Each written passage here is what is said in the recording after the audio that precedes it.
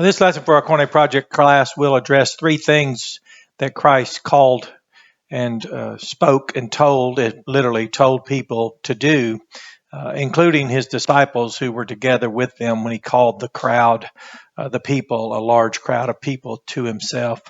And this is what he told them. And this is perhaps something that's not often, or ever spoken, let's say, in a theistic tradition or a religious denomination or in religious corporations, which, for example, state-established religion, such as Rome operates in the United States under the name of Catholicism, and Episcopalian operates under the name of Church of England, or Church of England operates under that. So state-established religions operate in the United States, but the United States has no Church of the United States, separation of church and state. So a lot of people don't know what we actually do. For example, as an Ecclesia, they don't know Baptist, like a John Leland was instrumental in the First Amendment, which acknowledges our freedom of conscience, thought, and speech, and the right to peaceably assemble. So out of ignorance, there are controversies out there, and certainly to speak the truth in love is to first study, learn the truth, then speak it in the proper manner, which is in love, which is to convey it so that people who, among all this that goes on in our culture and our civil society, among what's called civil religion, people can hear the truth.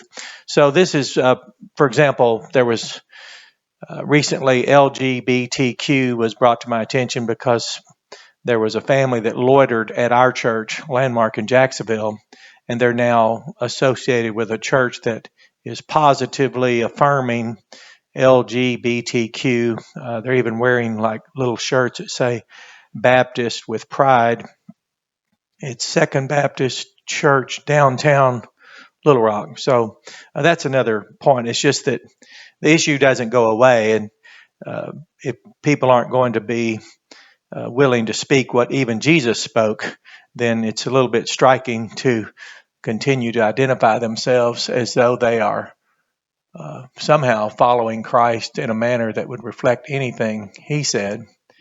834, we'll just start here because this addresses the idea of affirming ourselves and things like that. Because, for example, at Landmark in Jacksonville, we don't affirm ourselves and certainly don't do it in a positive manner. So here it says, and pros, we're just doing our homework, remaining true to our discipline, regardless of our cultural chaos and societal norms and religious identities and political identities and all that is so popularized because of social media. What it literally means, everyone's on TV now. That's hilarious. Samanas. So this is when or after, well, let's just say after he called. See, kaleo there, the form of that verb, called, toward, or, well, let's do forward. That'll be okay. Forward. Ton, aklon, the crowd. It's also the crowd of people. Laos is people, so the crowd, together with, this is a very strong association here, together with tois, the mathetais, autu, the students, disciples of him. So his particular disciples, together with the entire crowd, he said, now this is Jesus talking, so you'll need to get used to things being different than what the consensus and what the crowd would say or what our cultural teaches. And we were taught that in the seminary, that when you notice, if you want to be a follower of Christ, we have what he said. Now, he didn't say this is how to believe him for everlasting life. This is how he said to follow. He said to them, autois, to them. This mixed crowd has the crowd and together with his particular students, he called forward to them. Let's see. Hostis, whosoever,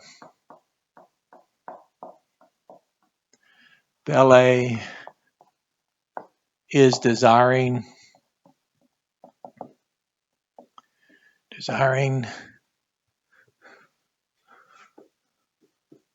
opiso, after, it's adverb, after, mu, me, elf, vain, to come, to come after me. Let's just do number one. Then we have this arne, sasto. Those of you in the KOINE Project Class, you notice when we freehand, or when I freehand them, just kind of break it down. But this is the idea of let him deny himself, auton, himself, kai. You remember, for he's a jolly good fellow, which no one can deny. Well, this says let him, and it's negatively speak away. So negatively speak himself away. So let him negatively speak himself away. And I counsel young people for decades now, and even when I was in school, and oftentimes we are our biggest problem and we can't seem to move ourselves out of the way. Well, in this case, we're looking at Jesus, the one who came to do his Father's will, to work the works of the one who sent him, to even say, not my will, but thy will be done. So he has the right to tell people if they want to, or if they're desiring to follow, to come after him. He has the right to tell them what it would be like, and these are the conditions to follow with him. And we'll see that's the third point, is how important all this is. Let them deny himself and, oh my goodness, what in the world? And arapto, take up. Now, one thing I'll point out, this is aorist, sorry. It's that punctular, in a moment, not ongoing, but once for all. Let him negatively speak himself away once for all. Deny himself. Take up, ton, stauron, autu. His particular, remember this is an articular noun, so particular cross. So his particular cross. And Paul had said in Galatians that, moreover, the ones of the Christ, within the purview of Christ, crucified the flesh with its affections, passions. So having these multivariate passions, affections, and all that were involved in what he said. Those within the purview of Christ have crucified that. Again, we notice that involves the cross. And so let him take up his cross and kai. And then third, ako, lu, theto. Let him be following. Now this is continuous here, following moi, with me. This is case of association with me. Now notice that Jesus isn't following in association with us, which there's a large movement out there that speaks of Jesus in a manner that would lead people to think he's in association with us. If Jesus were following in association with me, it would disparage his reputation, if you will. Now, me following in association with him, having first doing what this says, once for all, negatively speak myself away, then and take up my particular cross, and now be following with me. This is definitely not something people are being told. For example, in the United States, as we don't have state-established religion, I've never had someone that's Catholic, Protestant, Judaic, Islamic, occultic, New Age, denominational, 1, 2, 3 through infinity, no non-denominationals. No one have ever taken issue with us as an ecclesia, because most people don't even know what an ecclesia is. And especially when we announce and inform them through teaching of the history of this country and how the Baptist, which was an accusation, which is from the Greek word categorize, we were accused by state established religions who were serving their own interest in our country, this country, that were accusing us because we would preach the gospel and then baptize those who believe it. So if someone exited out from a state-established religion, let's say Catholicism or forms of it, Protestantism or Lutheranism or whatever all there is now, then they would take issue with that, and it even became litigious.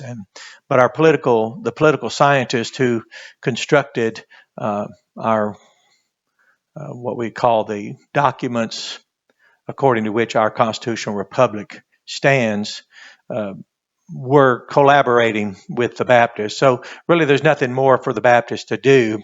Most people need to catch up with us, especially if you have the freedom of conscience, thought, and then speech.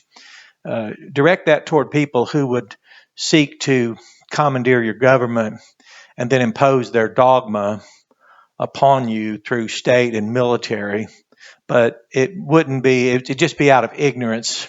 Most of the time, that's what people do. When you get caught up in ridiculing an ecclesia that is, and continues to work forward in proclaiming what Jesus taught. And if you've never been taught this, then who's telling you to go and find an affinity with those who will positively affirm you, when the first thing to do, Jesus said, to be in association with him is to negatively speak, let's say disaffirm yourself, and then take up your particular cross. So our political identity, for example, in this country, the partisanship has now become so irrational that some will try to objectify someone like me, for example. Say, are you a Democrat, Republican, Independent, blah, blah, blah. And then if you are one of those, then if you're a Republican, they'll say subjectify you, say, well, you're a Trump supporter. And what I then begin to do is tell them I support the constitutional republic, the Pledge of Allegiance to the republic for which it stands, the flag stands, the inalienable rights, the Bill of Rights, the Declaration of Independence. So I really don't know. They don't know about the Constitution, the Declaration, the Bill of Rights, and the relationship of Baptist, non-state established people who came here and preached the gospel of Jesus Christ, the good news, and they don't know the lesson of Jesus.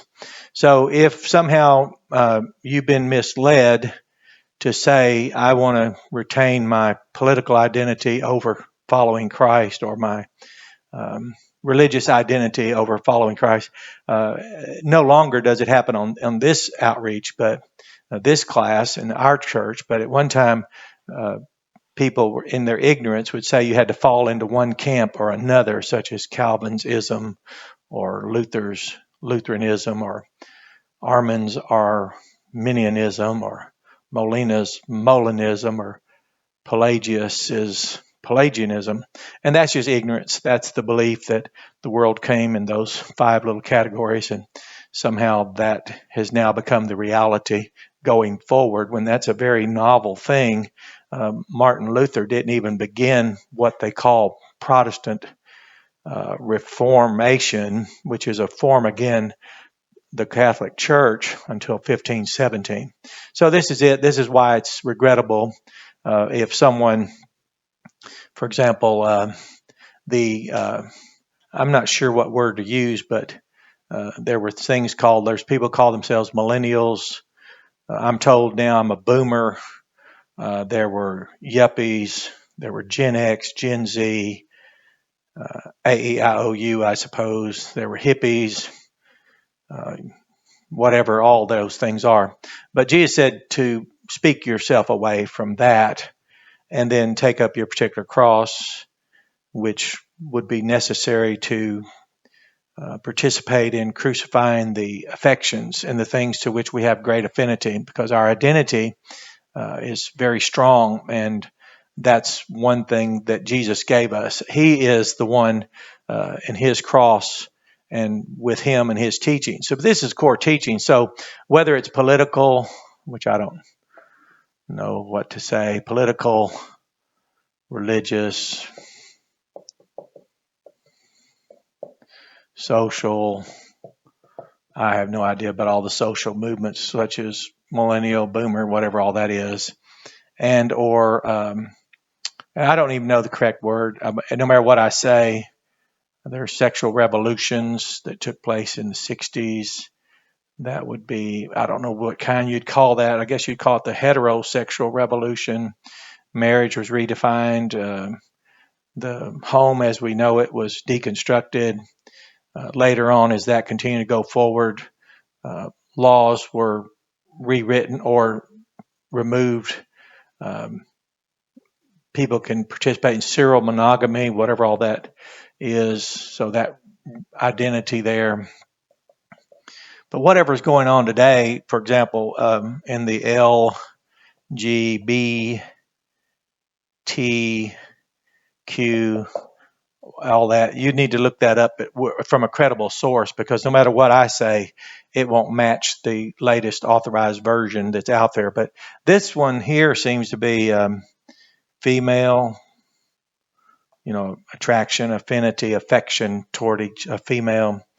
I've never heard of a guy being called a lesbian, but this is gay, kind of a generic. I guess you could call a girl gay, but you couldn't call a male lesbian. So there is still the male female.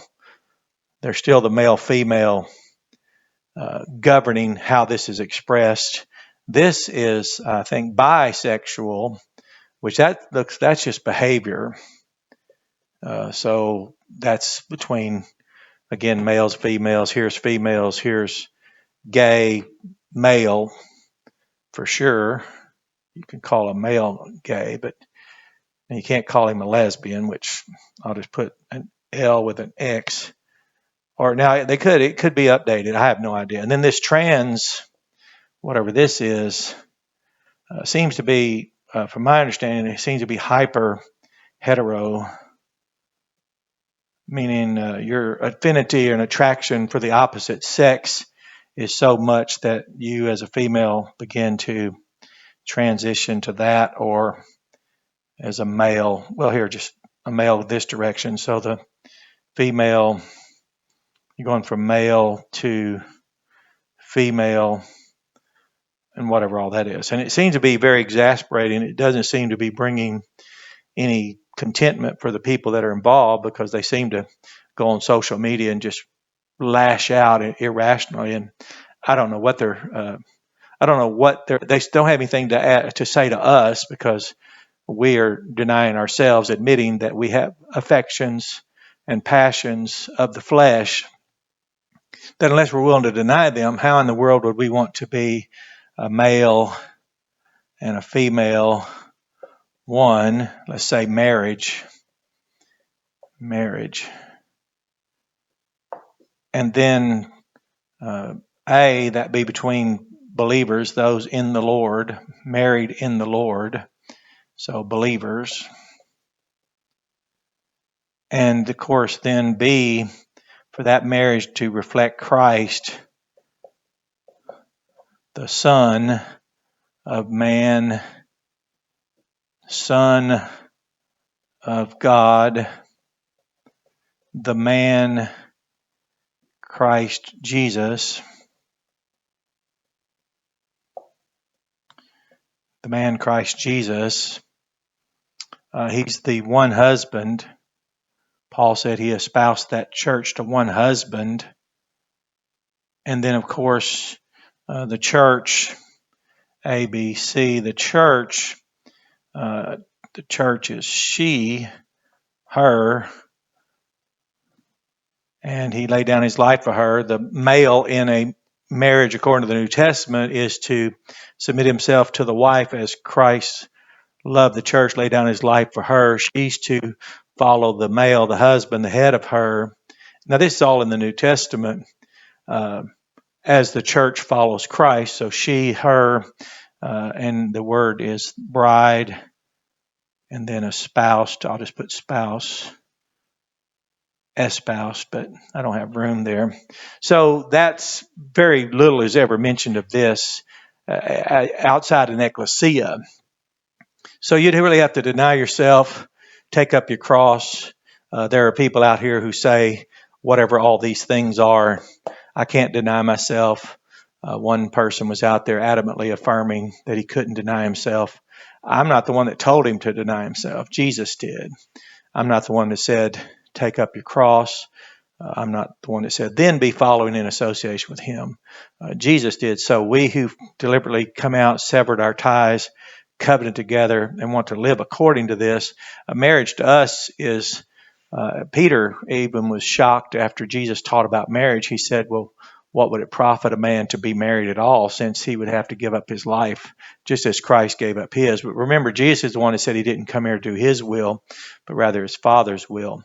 So again, I'm not sure what it is except an ignorance of the ecclesia, an ignorance of the Baptist, the people who were accused, not the denominations. Denominations that have the name Baptist have become corporations. They become venue centers, which, if you don't want to know what an ecclesia is, and you don't want to know what Christ taught, then your interest when Jesus would call you forward, you wouldn't present yourself to hear what he had to say.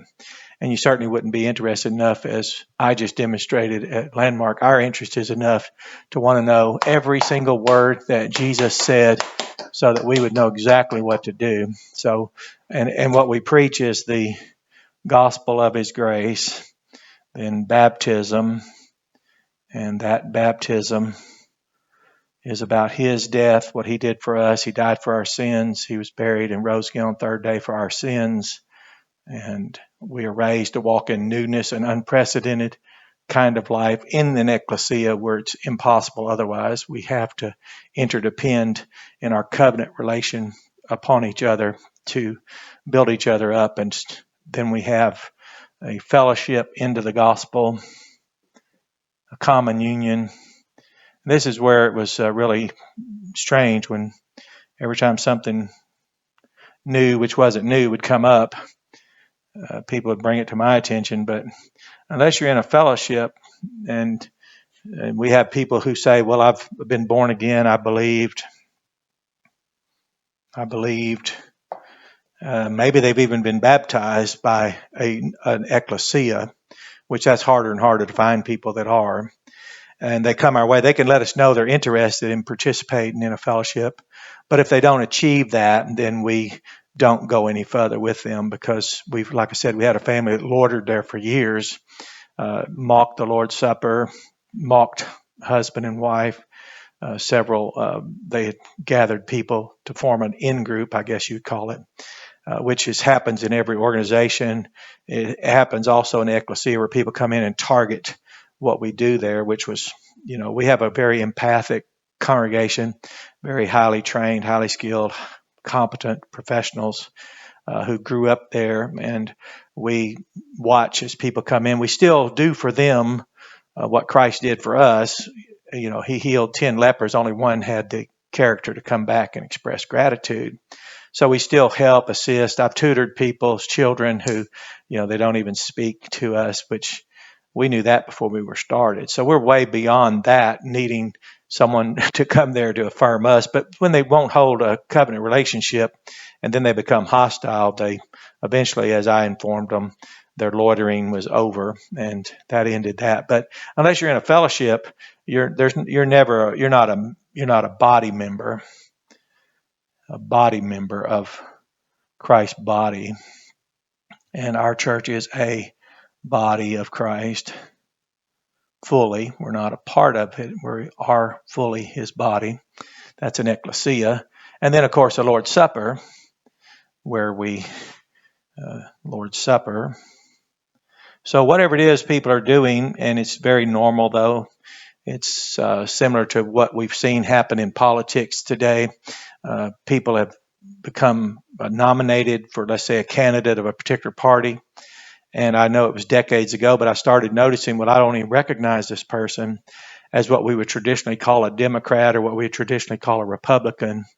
Because at one time, a person who was a Republican candidate for president had been number 3 on the list for vice president for the Democrat nominee or for president. So it started becoming commingled. And then, of course, none of us would think, if someone said they're Republican or Democrat, first thought wouldn't be, I wonder where they received their degree in political science, because we all admit that it really doesn't have a lot to do with that type of knowledge, that type of subject matter expertise in political science. It has to do with popularity and take the core values and champion those and find and gather people to support it. So the thing that's interesting to me is I'm not sure what it is except for their economy.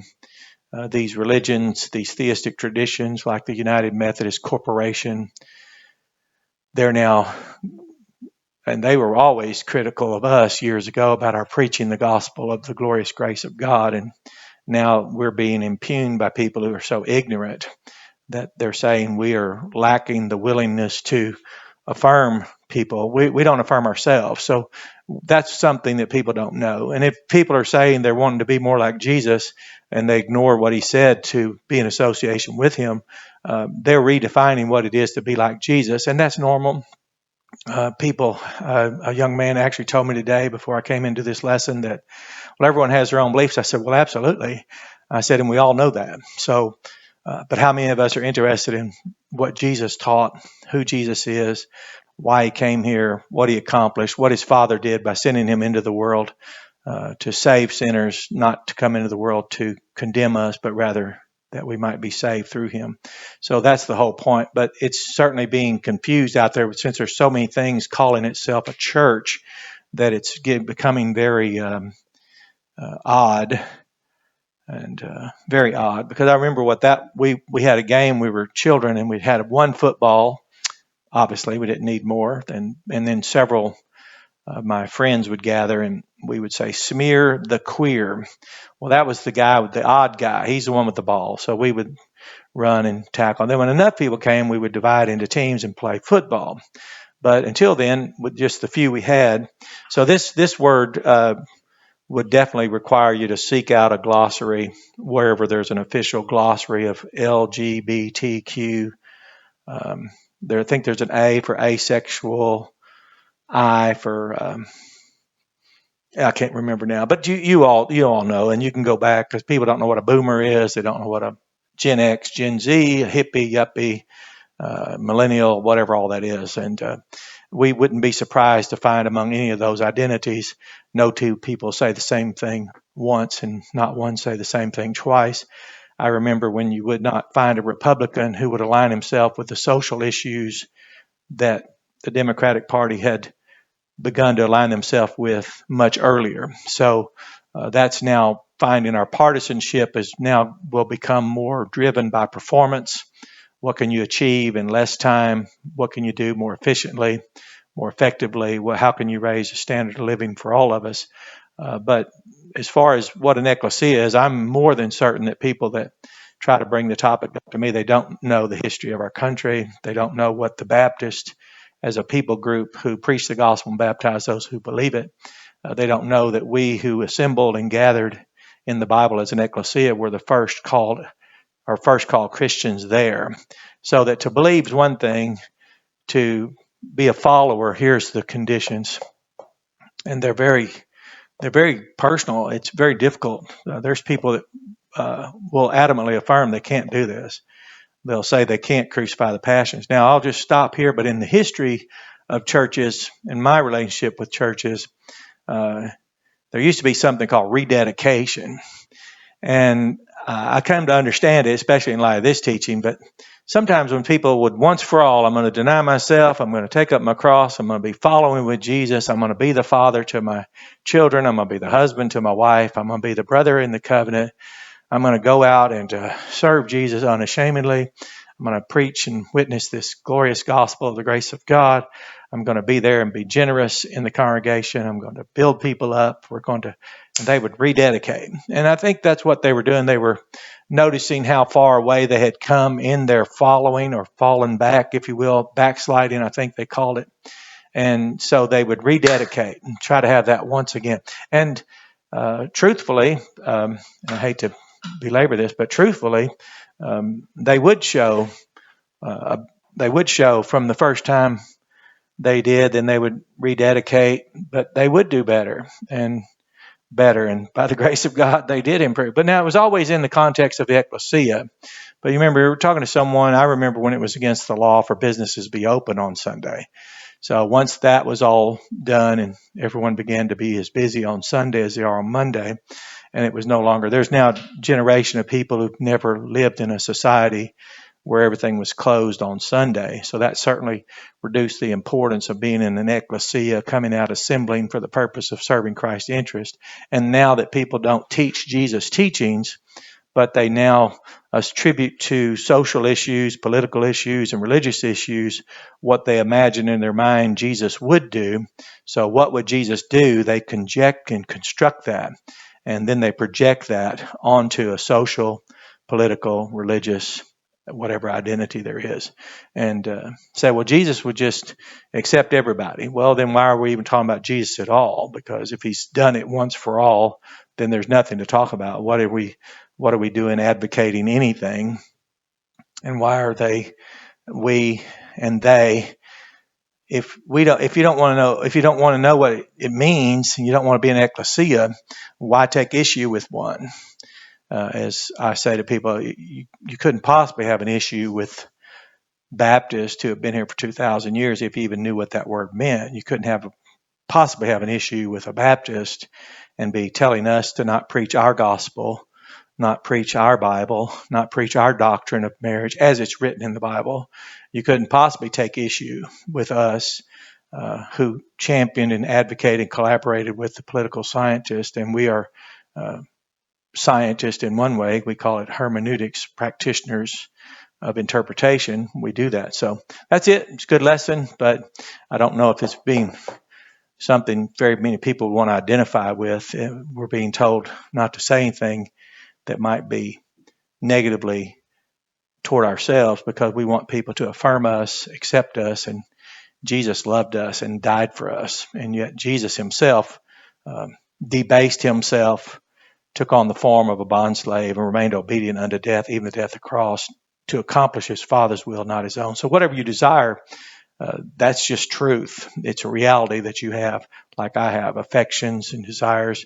Much more could I have acquired for myself had I not denied myself. Much more could I have done had I not, when we prepare to eat the Lord's Supper, self-examine, self-correct. We go through that, very excruciating when you examine yourself. Look for the splinter in your own eye. Pull the board out of your own eye rather than noticing a splinter in another. Ask God to search you. It's very and often humiliating to our flesh to suppose I need to. Yes, we're always growing in grace and knowledge, always being conformed to this person, Jesus. So have a blessed day. Enjoy this lesson.